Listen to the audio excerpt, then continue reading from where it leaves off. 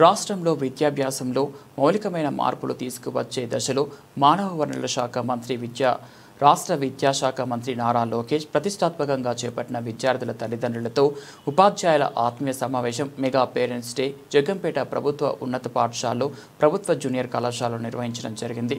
ఈ సమావేశం యొక్క ముఖ్య ఉద్దేశం పిల్లలు ఏ విధంగా చదువుతున్నారో, ఏ స్థాయిలో వారి విద్యాభ్యాసం జరుగుతుంది, ఈ పాఠశాలలో ఉన్న మౌలిక వసతులు ఏ విధంగా ఉన్నాయి, వీటికి కావాల్సిన ఏర్పాట్లు ఏ విధంగా చేసుకోవాలి అన్న విషయాలు పై విద్యార్థుల తల్లిదండ్రులతో ఉపాధ్యాయులు చర్చించుకునే అవకాశం ఈ ఆత్మీయ సమావేశం అని ఎమ్మెల్యే నెహ్రూ అన్నారు। కానీ ఈ ఆత్మీయ సమావేశంలో విద్యార్థులు ఉన్నారే తప్ప వాళ్ళ తల్లిదండ్రులు తక్కువ మంది హాజరు కావడంతో MLA Jyotirao Nehru high school head మాస్టర్ను ప్రశ్నించారు। పాఠశాలపై దృష్టి పెట్టి మీ యొక్క విధి నిర్వహిస్తే ఈ విధంగా జరిగేది కాదని హెచ్చరించారు। మీకేమైనా పనులు ఉంటే, వ్యాపారాలు ఉంటే, వేరే ఉద్యోగాలు ఏమైనా చేసుకుంటే ఇక్కడి నుంచి బదిలీ అయిపోయి మీ ఉద్యోగాలు చేసుకోండి అని సలహా ఇచ్చారు। అంతేగాని ఇక్కడ ఉద్యోగం చేస్తూ మీ యొక్క వ్యవహారాలను చక్కబెట్టుకోవడం కోసం సరైన విధానం కాదని ఎమ్మెల్యే జ్యోతిరావు నెహ్రూ అన్నారు।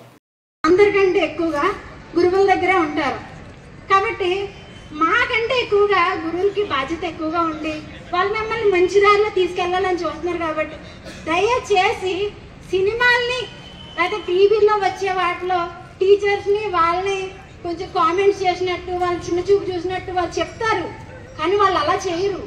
కానీ మనం అది నేర్చుకుంటున్నాం, అది నేర్చుకొని టీచర్స్ మీద పెద్దవాళ్ళ మీద జోక్స్ వేయటం। వాళ్ళకి ఏం కావాలో చెప్పండి, వచ్చామా ఏదో పాఠం చెప్పామా వెళ్ళిపోయామా అని ఉండకుండా మీరు ఏం చేస్తున్నారు।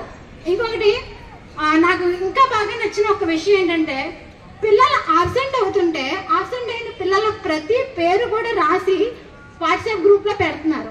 దానివల్ల తల్లిదండ్రికి మా పిల్లలు వెళ్ళారా లేదా అని ఒక క్లారిటీ వస్తుంది।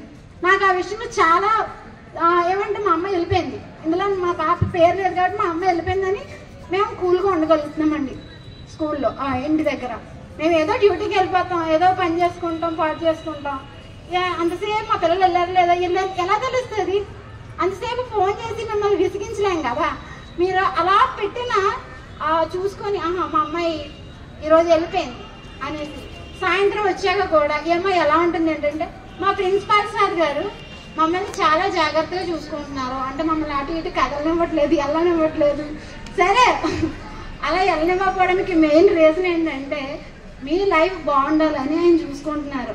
మీ లైఫ్ బాగుంటే పలానా చోట చదువుకున్నాం, మీరు పెద్ద పెద్ద మంచి జాబులు చేసి రేపు పొద్దున ఏదైనా మంచి పొజిషన్లో ఉన్నప్పుడు మీరు ఎక్కడ చదువుకున్నారండి? పలానా జూనియర్ కాలేజ్లో చదువుకున్నాం అని మీరు చెప్తే అది చాలా వాళ్ళకి, మీరు ఏం చేయకపోయినా పర్వాలేదు। ఈ అవకాశాన్ని ఇచ్చిన పెద్దలందరికీ కూడా నా మనస్ఫూర్తిగా ధన్యవాదాలు తెలుసుకుంటున్నాను। Thank you so much. నా శుభాభినందనలు మరియు ఈ స్టూడెంట్స్ అందరికీ కూడా నా best wishes and all the best. Next వచ్చి మీ ఎగ్జామ్స్ అన్నిటికి కూడా చెప్తున్నాను। ఫస్ట్ నాకు 10th క్లాస్ అయింది పాపకి।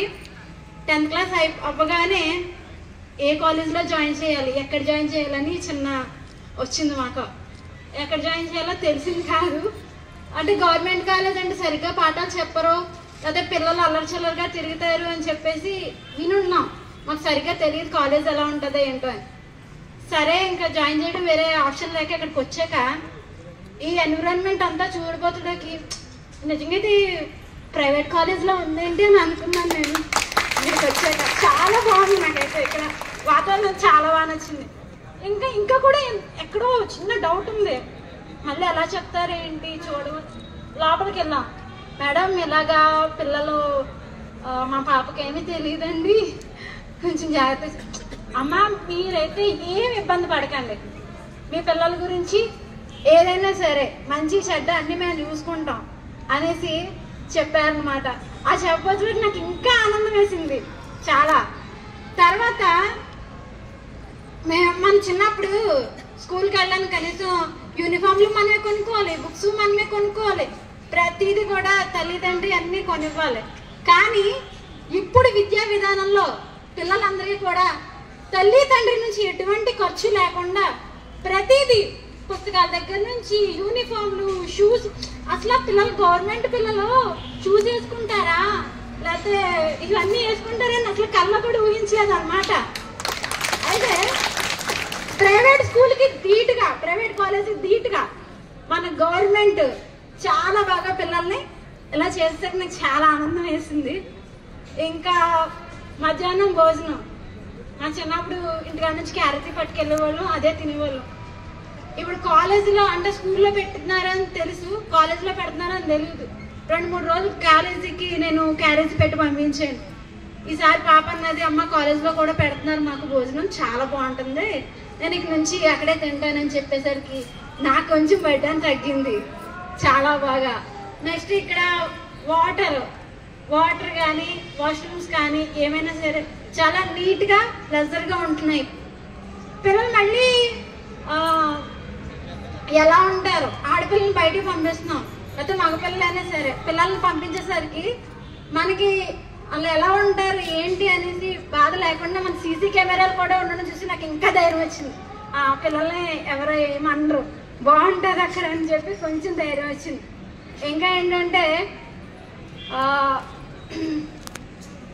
పోలీసుల పర్యవేక్షణలో ఇక్కడ డ్రోన్ కెమెరాలు కూడా ఏర్పాటు చేసి పిల్లలకి ఎటువంటి కష్టం లేకుండా, అంటే ఏదైనా చిన్న ప్రాబ్లం వచ్చినా కూడా మళ్ళీ అందరూ చూసుకునే విధంగా నేను డ్రోన్ కెమెరాలు కూడా చూశాను.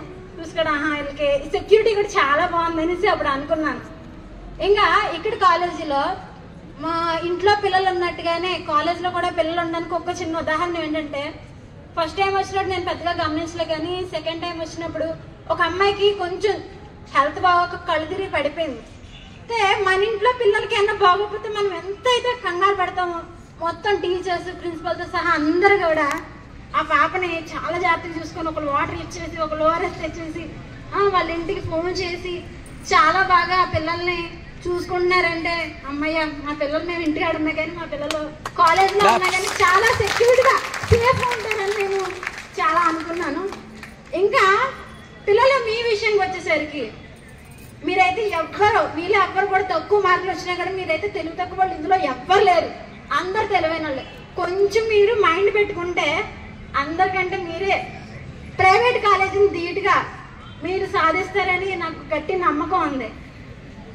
ఇంకా చెప్పాలంటే మన కాలేజీ వాతావరణం అసలు ఎంత బాగుంటుందంటే, మన ప్రిన్సిపాల్ సార్ గారు అయితే ఇంట్లో తండ్రి పిల్లల్ని ఎలా చూసుకుంటారో, బయటికి వెళ్ళకూడదమ్మా, అలా ఉండాలమ్మా, ఇలా ఉండాలమ్మా అని చెప్పి మనకి చెప్తారు కదా, అలా చెప్పి ఆయన చెప్పడం కానీ ఒకవేళ వెళ్ళేదనుకో పనిష్మెంట్ ఇచ్చైనా సరే వాళ్ళని సరైన త్రోవలో తీసుకెళ్తున్నారంటే ఆ సార్ గారిని చూసి ఇంకా ఇంకా ధైర్యం పెంచుకుని thank you so much sir.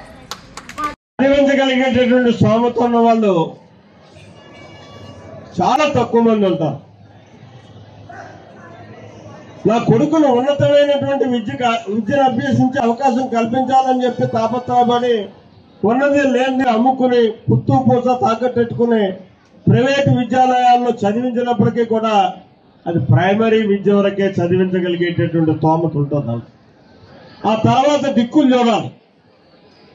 Intermediate చదివించాలనుకున్నా, degree చదివించాలనుకున్నా, engineering చదివించాలనుకున్నా, MBBS చదివించాలనుకున్నా వాళ్ళకి అవకాశాలు ఉండే పరిస్థితులు ఉండవు. కాబట్టి ఇక్కడ విద్యాలయాలు మాత్రం మీరు పనిచేసే వాళ్ళందరూ కూడా మీ బాధ్యత నెరిగి ఉన్నతమైనటువంటి విద్యను అభ్యసించేటటువంటి విధానానికి మీరు అలవాటు పడాలి. ఖచ్చితంగా ఇవాళ లోకేష్ బాబు గారి యొక్క ఆలోచన ఒకటే, నూతన విద్యా విధానంతో అందరికీ విద్యను చేరువుకు తేవాలి అనేటటువంటి ప్రక్రియతో ఇవాళ విద్యల్లో మార్పు చేస్తున్నటువంటి పరిస్థితి ఉంది. ఇవాళ ఈ కార్యక్రమాన్ని ఇంత టైము మనం ఇక్కడ వెచ్చించగలుగుతున్నామంటే ఇది నిజంగా ఆయన కోరుకున్నటువంటి విధంగా కానీ నిర్వహణ జరుగుంటే ఇది ఇక్కడే అనుకోవటం లేదు, నేను రాష్ట్ర వ్యాప్తంగా కూడా ఇలాగే జరుగుతుంది. ఈ తప్పట్ల భాగవతం తప్పించి ఇది మాత్రం పేరెంట్స్ అవసరాలకు అనుగుణంగా వాళ్ళ అవగాహనకు అనుగుణంగా ఒక ఫీడ్బ్యాక్ వస్తుంది అనేటటువంటి ఆలోచనతో లోకేష్ బాబు ఏదైతే మెగా పేరెంట్ డేని పెట్టాడో దానికి అనుగుణంగా మాత్రం రాష్ట్ర వ్యాప్తంగా కూడా జరిగి ఉండదన్నది నా ఆలోచన. ఇది కరెక్ట్ అయినటువంటి విధానం కాదు. దీన్ని మనం భవిష్యత్తులో సరే మార్చుకునే ఇప్పుడు నష్టమే లేదు. మాకేం పెద్ద పనులుండవు. ఏదో ఒక ఆదివారం పేరెంట్స్ అందరినీ కూడా కంపల్సరీ వచ్చే విధంగా ప్రయత్నం చేసి ఒక సమావేశాన్ని ఇక్కడ పెట్టండి. ఎందుకంటే ఇది హెడ్ ఆఫ్ ది ఇన్స్టిట్యూట్ ఇక్కడ ఈ నియోజకవర్గానికి. ఇక్కడ ఏది జరిగితే అదే జరుగుతుంది ఉన్న గ్రామాలన్నీ కూడా. ఇక్కడ ఉన్నతమైనటువంటి విద్యను మీరు అందివ్వగలిగితే ప్రతి గ్రామం కూడా దీన్ని ఆదర్శంగా తీసుకుని ఉన్నత విద్యను అభ్యసించడానికి అవకాశం ఉండే పరిస్థితులు ఉంటాయి. కాబట్టి దయించి ఆ రకంగా చెయ్యాలని చెప్పేసి మనవి చేసుకుంటూ, సెకండరీ మనం చేసినటువంటి గొప్పల్లో చెప్పుకోవడం కాదు, మనం చేయాల్సినటువంటి బాధ్యత కూడా ఏ రకంగా నిర్వర్తించగలుగుతాం అన్నదాన్ని కూడా మనం తెలుసుకుని చెప్పుకోవాలి. అప్పుడు మన వ్యక్తిత్వం బయటపడుతుంది. ఇవాళ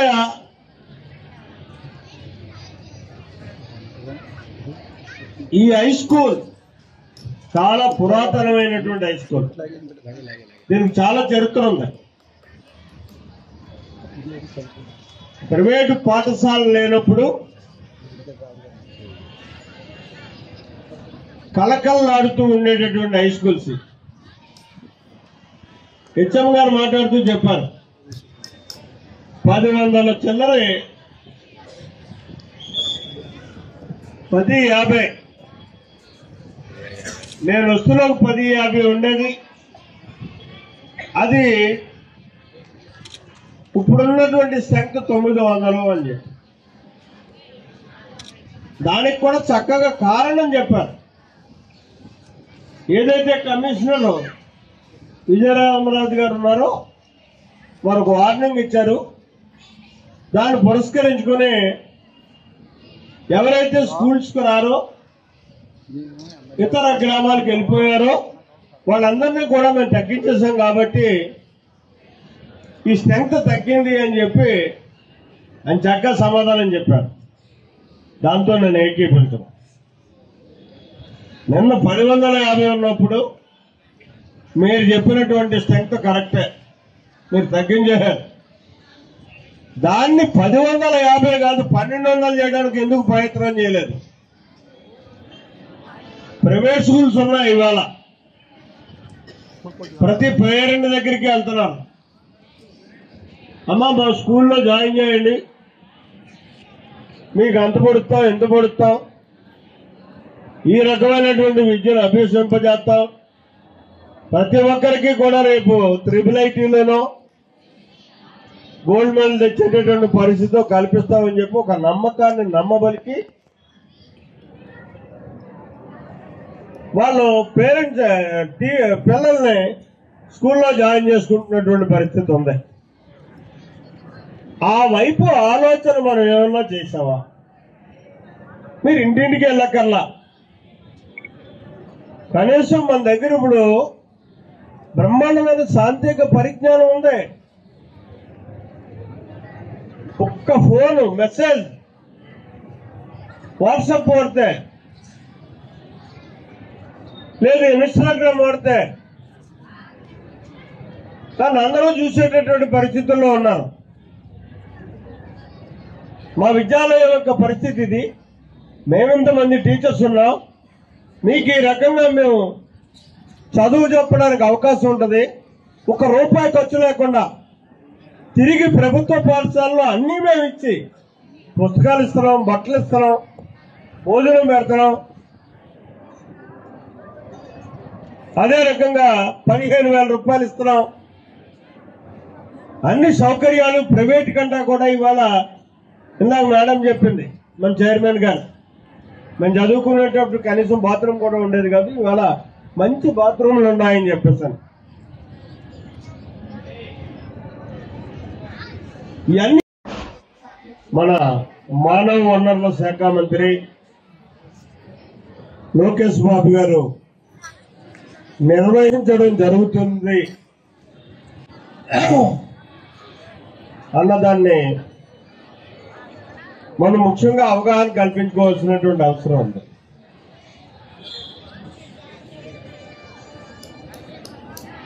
ఈ పేరెంట్స్ డే సందర్భంగా ఈ స్కూల్లో మన పిల్లలు ఏ రకంగా చదువుతున్నారు,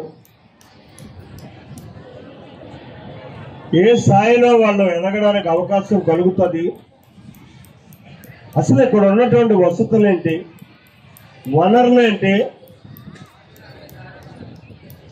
వీటికి కావలసినటువంటి ఏర్పాట్లు ఏ రకంగా మనం చేసుకోవాలి అన్న దాని మీద క్షుణ్ణంగా ఒక అవగాహన కల్పించుకోవడానికి ఈ మెగా పేరెంట్స్ డేని ఏర్పాటు చేయడం జరిగింది.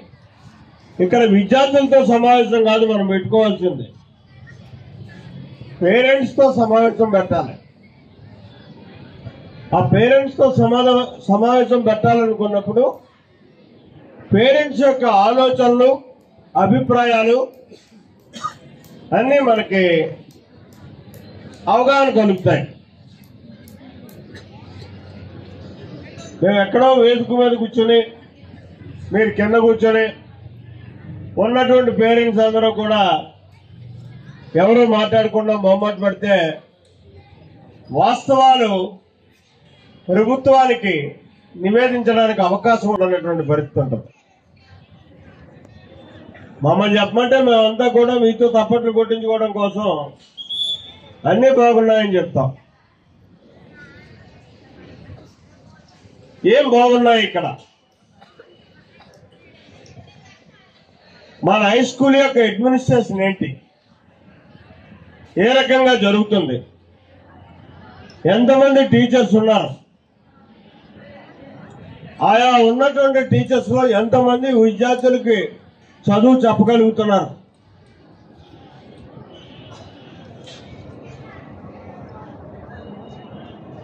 దీని మీద ఒక మీరు మా స్కూల్లో చదివించండి,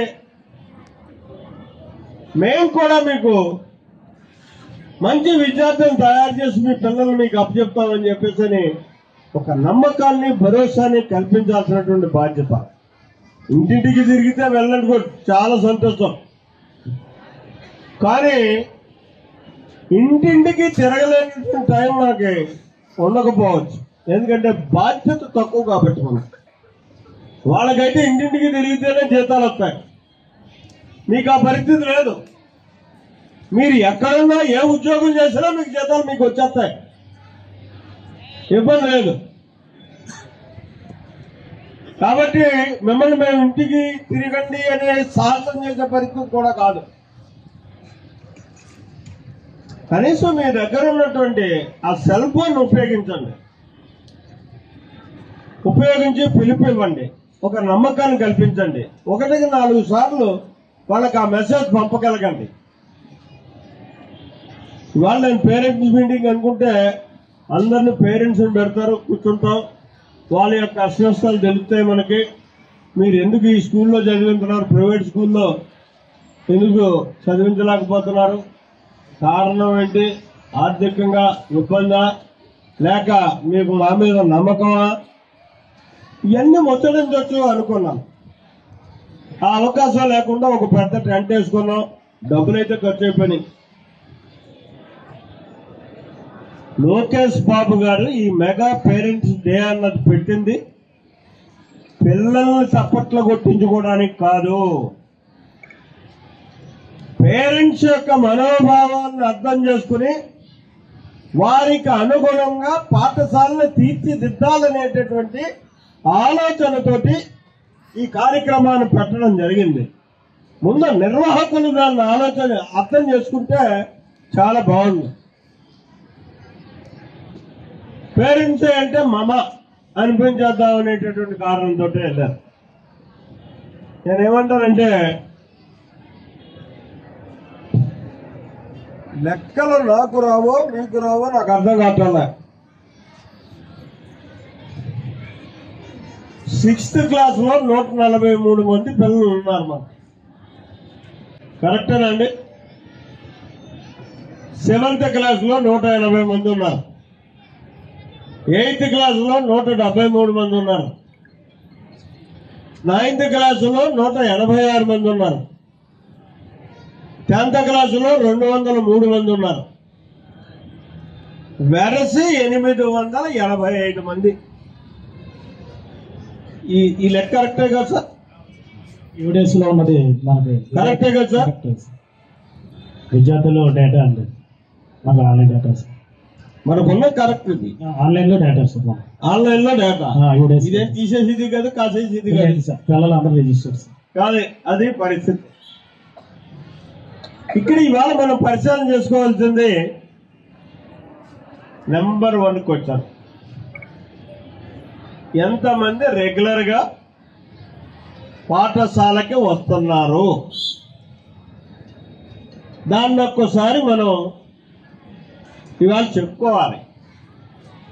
చెప్పుకుని పేరెంట్స్ దగ్గరగా ఉంటే ఆ పేరెంట్స్ కి పిల్లలు ఎందుకు రావటం లేదు అన్నదాన్ని కూడా ఒక సబ్జెక్ట్ ఇక్కడ మాట్లాడుకోవడానికి అవకాశం ఉంటుందనే ఈ పేరెంట్స్ డేని పెట్టుకోవడం జరిగింది.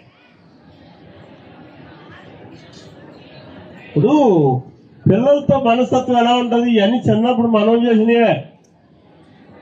ఏ కోటి కుమ్మచ్చులాడడానికో దేనికో పుస్తకం పలక అక్కడ పక్కన మారేసి చెట్లను పోయేవాళ్ళం. అదే పరిస్థితి ఇవాళ వీళ్ళకి నూతన విధానం. ప్రతి వాళ్ళకి సెల్ ఫోన్ దగ్గరలో ఉంటుంది. పక్క పోయి సంతో ఆడుకోవడానికి స్కూల్కి రాకుండా స్కూల్కి వెళ్ళినట్టు నటించే వాళ్ళు ఉంటారు. అది పేరెంట్స్ తెలాలి. ఇందాక హెచ్ఎం గారు చెప్పారు, మేము పేరెంట్స్తో కాంట్రాక్ట్ అవుతున్నాం అని చెప్పేసి. అసలు కాంట్రాక్ట్ అవ్వడానికి మీకు టైం ఎక్కడుంది? దాన్ని నన్ను ఎలా నమ్మంటారు? ఈ హై స్కూల్లో మీరు ఎన్నాళ్ళు ఉద్యోగం చేశారు? స్ట్రైట్ గా నేను అడుగుతున్నాను మిమ్మల్ని, ఎంత టైం ఈ హై స్కూల్కి మీరు వెచ్చించారు? మీరు నిజంగా పూర్తి టైం పెట్టుంటే ఇప్పుడే 885 మంది మనకు పిల్లలుంటే పూర్తి టైం పెట్టి మీ అడ్మినిస్ట్రేషన్ ని, మీ తెలివితేటల్ని మీరు ఉపయోగించుంటే 100 కాదు 1500 మంది పిల్లలు ఇక్కడ మనకు ఉండేటటువంటి పరిస్థితి ఉండదు.